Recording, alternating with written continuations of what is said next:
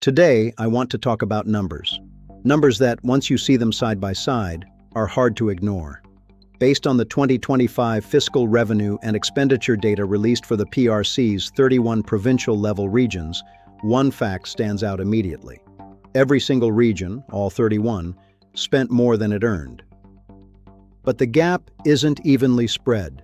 Look closely, and the deepest holes appear in the provinces with large Tibetan populations. Let's start with the Tibet Autonomous Region. Revenue, 31.78 billion yuan. Expenditure, 397.44 billion yuan.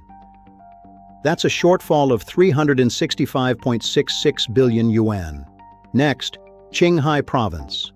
Revenue, 35.495 billion yuan. Expenditure, 216.419 billion yuan. A gap of 180.924 billion yuan. Gansu Province. Revenue, 111.2 billion yuan. Expenditure, 490.07 billion yuan. A shortfall of 378.87 billion yuan. Sichuan Province. Revenue, 585.39 billion yuan.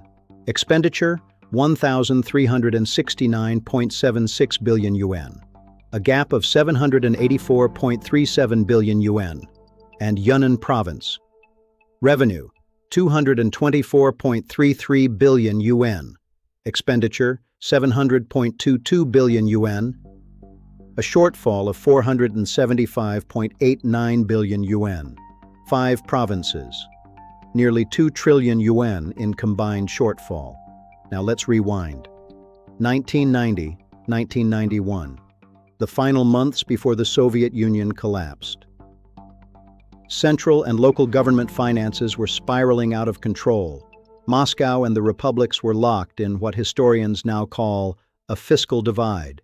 Each side blaming the other, neither able to close the gap.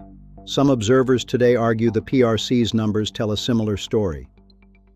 And they raise a further point, that the official figures we just walked through may themselves be understated, that the real gap could be even wider.